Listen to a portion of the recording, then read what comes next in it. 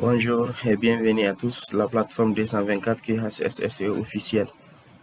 Je suis Barry Tchanoamidou, animateur de la plateforme.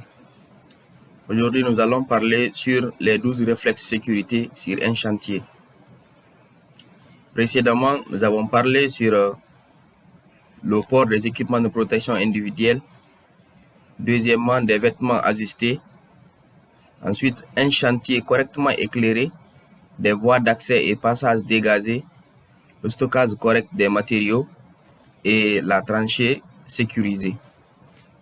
Aujourd'hui, nous allons parler sur une échelle abîmée qui est égale à une échelle à changer et sur une toiture qui recommande ici le port obligatoire des harnais de sécurité.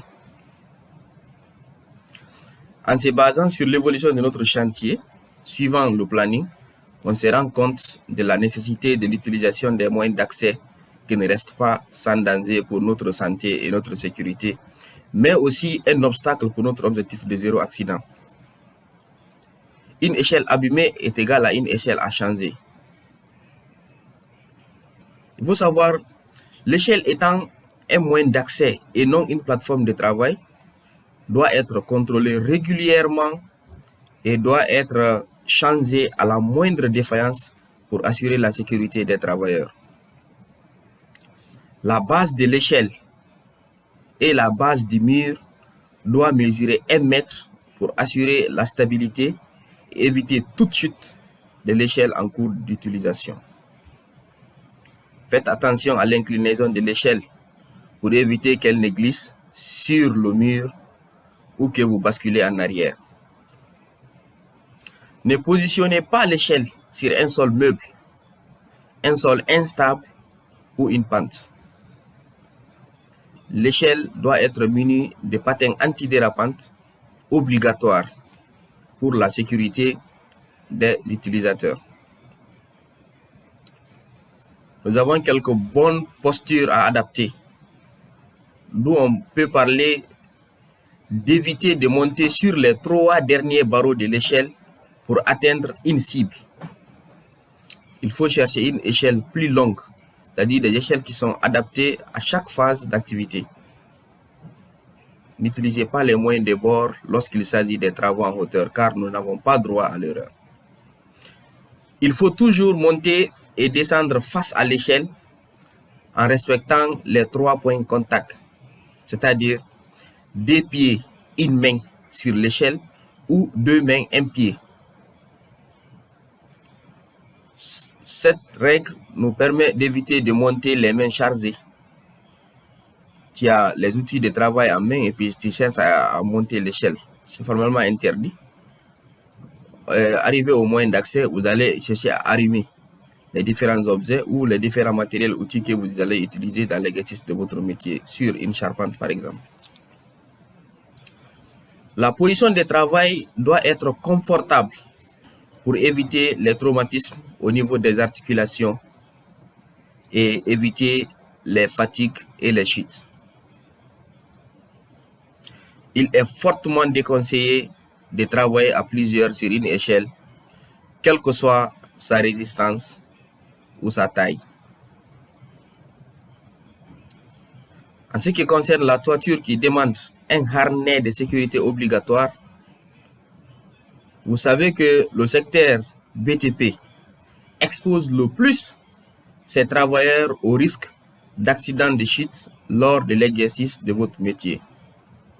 Alors, portez un harnais de sécurité pour vous sauver la vie en cas de chute. Il faut être permanemment attaché sur une ligne de vie ou un garde-corps lors des travaux à plus de 3 mètres. Lors de vos déplacements, utilisez les harnais à double longe pour toujours se maintenir en sécurité. Il est formellement interdit de décrocher les 2 longes à la fois parce qu'on veut se déplacer plus rapidement sur la charpente. D'où l'importance de la ligne de vie qui sera liée à un équipement stop sheet. Ici, lui, il peut se déplacer. Lorsque la chute n'est pas brusque, tu peux te déplacer comme tu veux. Mais lorsque c'est pas une ligne de vie, c'est les garde-corps par exemple, il faut se déplacer. Façon dont l'homme marche, après un pas, tu amènes l'autre. Donc les lances aussi doivent se déplacer de la même façon. Faut pas rester à plus de 3 mètres, après tu décroches les deux lances pour te déplacer. Donc tu es exposé au risque de chute qui peut amener à faire un accident sur le chantier. Le superviseur HSE doit inspecter régulièrement les harnais, surtout s'ils peuvent être en contact avec les produits chimiques ou les matières dangereuses capables de nuire à la résistance des systèmes de protection, comme par exemple les acides. Une fois que ça touche l'échelle, ça peut ici le rendre fragile à ce niveau. Donc il faut vérifier à chaque moment pour assurer la sécurité des ouvriers. L'utilisateur devrait procéder à une inspection visuelle de son harnais avant chaque utilisation. Il est bon à savoir que lorsqu'un harnais de sécurité a déjà servi à arrêter une chute, il doit automatiquement être jeté, et ce, même s'il ne présente aucun dommage apparent. Il a accompli déjà sa mission. Il n'est pas le seul harnais. Lorsque déjà un ouvrier a chuté et il a été protégé par un harnais, ce harnais a fini sa mission, il ne doit plus se retrouver dans le chantier. Car des coutures des anneaux, des sangles ou d'autres éléments du harnais peuvent avoir été endommagés et risquent de ne plus garantir la sécurité du travailleur. Alors, soyez vigilants et attachés à notre objectif de zéro accident dans ce projet, car tous les accidents peuvent être évités avec l'engagement des travailleurs affectés au projet. À bientôt pour une nouvelle vidéo dans un nouveau thème.